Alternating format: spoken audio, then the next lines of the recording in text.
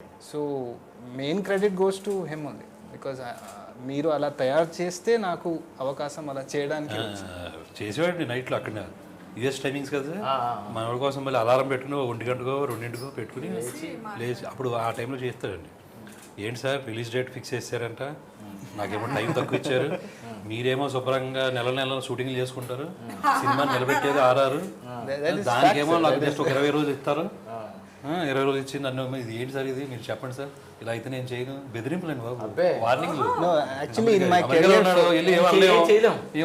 first time I put my foot down actually. I told sir, but you achieved because they gave the time, because we got the time. Because generally that's what is happening. One movie they shoot it, they take 200 days, 100 days, but when it comes to the background score, nobody cares about the technicians, the music composer, the DTS technician. Nobody even thinks about them. Release date, they just think about the release date. This time I told sir అయితే ఇస్తాను, if it didn't happen అది చెప్పేసి ఎవరైనా నేను చదివాను లేకపోతే మీరు వేరే వాళ్ళని పెట్టేసుకోండి ఈ టైప్లో చాలా. I mean what else can we do? Because I don't want to forcefully do it quickly and give, because I have suffered like that. చెప్తుంటే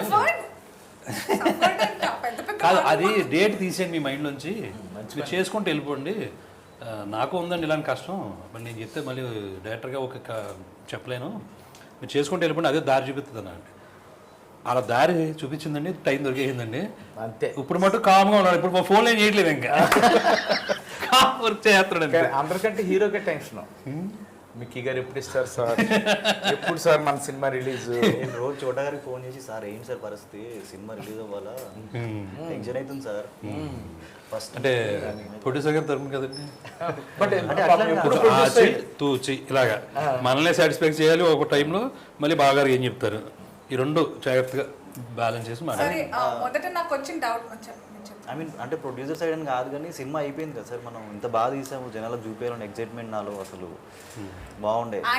రోజుకి ఫస్ట్ సినిమా కదా కొంచెం నాకు ఫస్ట్ వచ్చిన డౌట్ పెదకాపు టైటిల్ మీకు అది పెట్టినప్పుడు అది ఎందుకు పెట్టాల్సి వచ్చింది? చాలా మందికి చాలా క్వశ్చన్స్ వచ్చేసాయి, కాస్ట్ కి సంబంధించి ఏదేదో చాలా కాంట్రవర్షియల్ అది ఇది అనుకున్నారు, దానికి మీ జవాబు ఏంటి? ఇప్పుడు అంత కాంట్రవర్సీలకి జనాలకు కూడా టైం లేదులేండి, ఊరుకోండి. అవి ఎలా ఉంటాయంటేనండి, మనం అనుకుంటే దాన్ని ఏదైనా కాంప్లికేట్ చేయాలంటే చేయడం తప్ప, ఇప్పుడు ఓ పేర్లు పెట్టుకుంటాం ఏముంటుందండి, ఎవరిదైతే ఉందో దాన్ని పక్కన. ఇది యాక్చువల్గా ఏం జరిగిందంటే, మనకి ఒక ఊర్లో పెరుగుతాం కదండి, మన ఊర్లో మనకు సంబంధించిన ఏ ఎన్విరాన్మెంట్ ఉందో మనకు ఆటోమేటిక్గా ఎక్కువ అలవాటు అయిపోద్ది, అది వాటిలోనే పెరుగుతాం, ఆ మెమరీసే ఎక్కువ ఉంటాయి.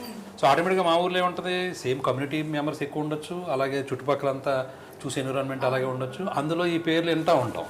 సో మనం ఎప్పుడైతే ఈ ఫీల్డ్లోకి వచ్చామో కొన్ని టైటిల్స్ పెట్టాలంటే ఒక్కొక్కసారి పేర్లు పెడితే బాగుంటుంది, పలానా వాడి పేరు పెడితే బాగుంటుంది, ఇలా ఉంటాయి కదా.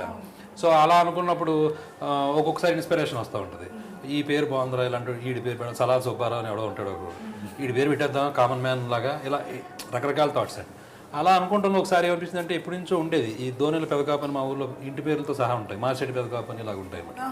అదే పేరు యాక్చువల్గా, ఇంటి పేరుతోటి ఈ పేరు ఉంటుంది పెదకాపు అని. కాదు, పెదకాపు అనేది క్యాస్ట్ కాదు, హీరో పేరు, హీరో పేరు అదే నేను చెప్తాను